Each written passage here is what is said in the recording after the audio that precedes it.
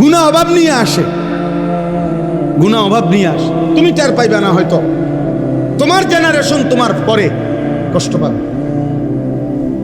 একসময় দবদবানি খপখপানি ছিল, মাতবরি ছিল, এরপরে বিখ্যাত থালা হাতে। আমারে কুমিল্লা এক জায়গায়, এই কুমিল্লার মধ্যে এক জায়গায় আমাকে দেখাইছিল যে হুজুর 70 বছর এই বাড়ির সামনে দিয়া, বিশাল বড় বাড়ি, কয় যে 70 বছর কমপক্ষে এই বাড়ির সামনে দিয়ে কেউ যাইতে হইলে জুতা খুলে যাইতে হইতো, জুতা পায়ে দিয়ে যাওয়ার সাহস ছিল না। কিন্তু আজকে 70 বছর পরে ওই বাড়ি সামনে কয়টা গাছ ছাড়া আর কিছু নাই, এখন কুত্তা ঘুমায়, কুকুর ঘুমায়। এজন্য গুনাহ ছাড়তে হবে। আজকে আমার মূল বক্তব্য এটাই, আপনারাও ছাড়তে হবে, আপনাদের সন্তানদেরকেও গুনাহ থেকে ফিরাইতে হবে।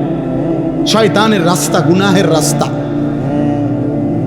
না হলে এই জাতি টিকবে না, এই জাতি টিকবে না। আমাদের উপরে আযাব গজব মুসিবত, আমাদের ছেলেদের এই অব্যাহত, মেয়েদের এই অব্যাহত নাফরমানির কারণে এখনো টের পাচ্ছেন না। এখনো গলিতে গলিতে, গ্রামে গ্রামে আলহামদুলিল্লাহ খাইয়া না খাইয়া কিছু আলেম ওলামা মসজিদ মাদ্রাসা দ্বীনি ফিকির করতেছে, দ্বীনি ফিকির করতেছে। কিন্তু একদিন দেখবেন এগুলোও বন্ধ হয়ে যাবে, একদিন এগুলোও বন্ধ হয়ে যাবে। যেই হারে ছেলে মেয়ে নারী পুরুষ বেনামাজি, অভাব আসবে। ফজরের নামাজের মুসল্লি কই? 5 ওয়াক্ত নামাজের মুসল্লি কই? যে মানুষগুলো জুমার নামাজ পড়ে এক সপ্তাহে, এই মানুষগুলো পুরো এক সপ্তাহে বাকি নামাজগুলো কেন পড়ে না? কারো কোনো ফিকির আছে? কোনো একটা চায়ের দোকানে কোনোদিন যেখানে 10 জন মানুষ বসে, ওনারা কি একটা বারে আলাপ করে কিও আমগো সমাজের লোকগুলো বাকি 5 ওয়াক্ত নামাজ কেন পড়ে না? কারো ফিকির নেই, কারো ফিকির নাই। সবাই যার যার ছেলে মেয়ে, সবাই কোন রকমে দুগা ভাত, একখান ঘর আর কদ্দুর ফার্নিচার বানাইতে পারলে খাইয়া পইরা, পান সুপারি চা বিস্কুট বন্টন খাইয়া কোন রকমে রাত পার করন, দিন পার করন।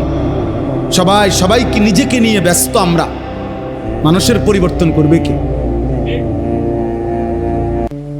জাতিকে টিকাবে কে? বলেন। উম্মতের পরিবর্তন হবে কিভাবে? এই মাদ্রাসাগুলো ছোট ছোট মেহনত করে, ছোট ছোট ফিকির করে। আল্লাহ তাআলা আমাদেরকে বুঝার তৌফিক দান করেন। আমি এই জন্য আপনাদের কাছে, ছেলেরা তোমাদের কাছেও ভাইয়া বুঝায় বললাম, যদি কারো দিলে লাগে, আর যদি দিলে না লাগে, সন্তান ততক্ষণ পর্যন্ত নিজে নিজে ভালো হইতে পারবে না, অভিভাবক যদি সচেতন না হয়।